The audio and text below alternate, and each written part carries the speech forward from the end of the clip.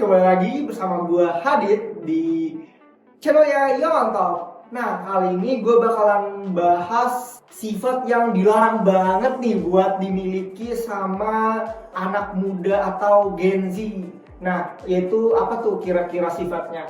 Nah, salah satu sifatnya itu sifat rendah diri. Nah, kalau kalian sudah menonton YouTube ini, kalau gue menilai gue itu adalah orang yang nggak seru. nah, bahkan sekelas Ge Pamungkas aja tuh pernah ngerasa dirinya tuh gak asik gitu. Nah, kalau dibahas lebih mendalam lagi tentang orang yang merasa dirinya tuh gak asik atau merasa rendah diri gitu, itu bakal mempengaruhi ke tingkat kepercayaan diri dia gitu. Tingkat kepercayaan diri dia juga bakal rendah gitu. Nah, itu juga dapat mempengaruhi ke diri kita juga, mulai dari mempengaruhi kehidupan sehari-hari kita, terus juga susah buat membuat keputusan, terus juga kayak sulit menghadapi tantangan dan atau bahkan pun susah gitu kan untuk mempengaruhi kita untuk berkomunikasi kepada orang sekitar. Nah, rasa rendah diri juga dapat menghambat kinerja kita, mulai dari di kampus, di pekerjaan, ataupun bahkan di kehidupan kita sehari-hari. Nah, orang yang memiliki sifat rendah diri juga memungkinkan memiliki sifat tidak mampu mencapai kesuksesannya, yang mengakibatkan mereka itu kurang produktif. Nih, coba bayangin kalau ada kesempatan ataupun tawaran hal baru yang menarik buat dicoba di kantor lu, terus lu nggak ambil karena lu takut diremehin atau bahkan gagal. Nah, ya udah, lu bakal kehilangan kesempatan itu, dan atau bahkan lu nggak bakal bisa dapat kesempatan itu 2 kali, karena ya kesempatan itu cuma datang sekali, dan lu karena ada kesempatan yang menurut lu ataupun ada hal baru yang menurut lu itu susah dijalanin dan akhirnya lu kelewatan, ya udah lu bakal kehilangan hal menarik itu buat dicoba, dan mungkin kedepannya orang pun jadi males gitu buat ngajakin lu buat mencoba hal baru.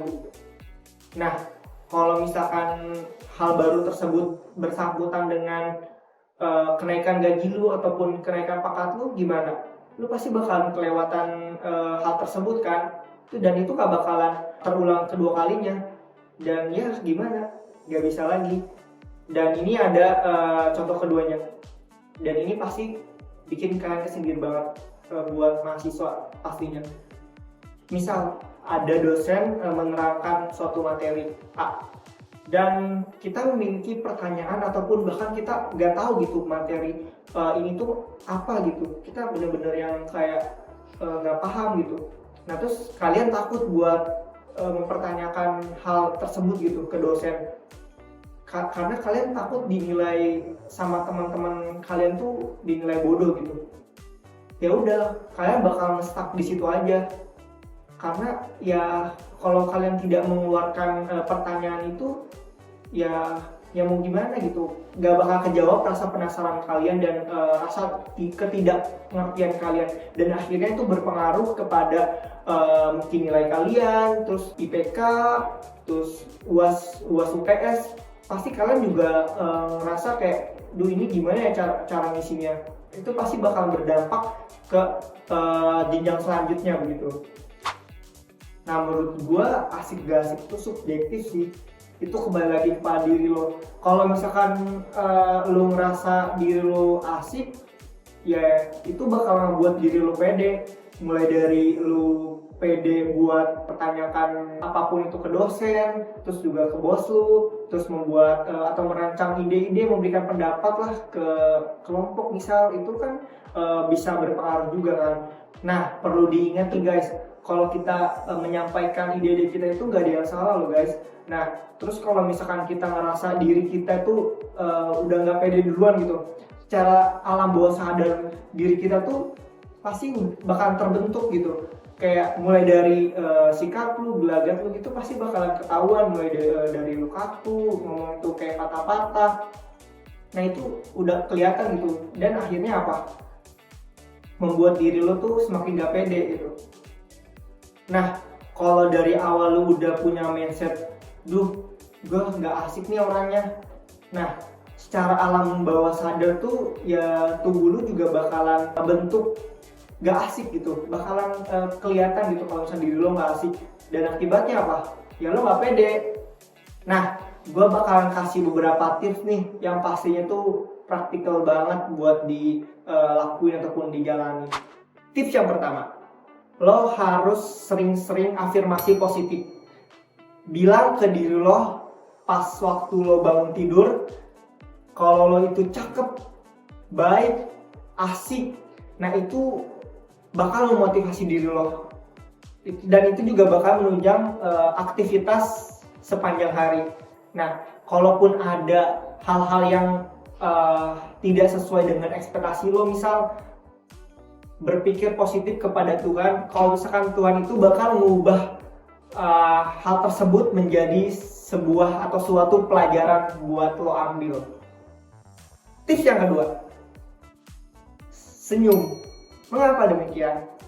Udah, mau se-nervous apapun lo, segemeteran apapun lo, kalau senyum dan mata lo berbinar, itu bakalan jauh lebih rileks. Oke?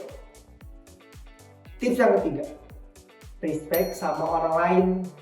Jangan kerjaannya ngobrol-ngobrol doang atau nyuruh-nyuruh doang. Woi, respect itu datang bukan karena diri lo itu serem, jadi orang lain tuh takut. Semakin banyak orang yang terbantu atas kehadiran lo, semakin juga diri lo itu ngerasa berharga. Dan akhirnya apa? PD lo meningkat bukan? Tips yang keempat, banyakin belajar. Asli ya woi, orang yang suka baca dan dengerin podcast edukatif pasti ada aja bahan obrolan atau bahan pikirannya. Dan kadang-kadang juga kita mikir, kok ada ya orang jauh banget gitu mikirnya sampai ke situ. Nah, semakin lo pinter, semakin juga lo bakalan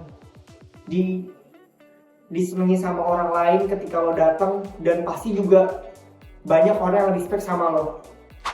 Oke, coba praktekin keempat hal tadi yang udah gue sebutin.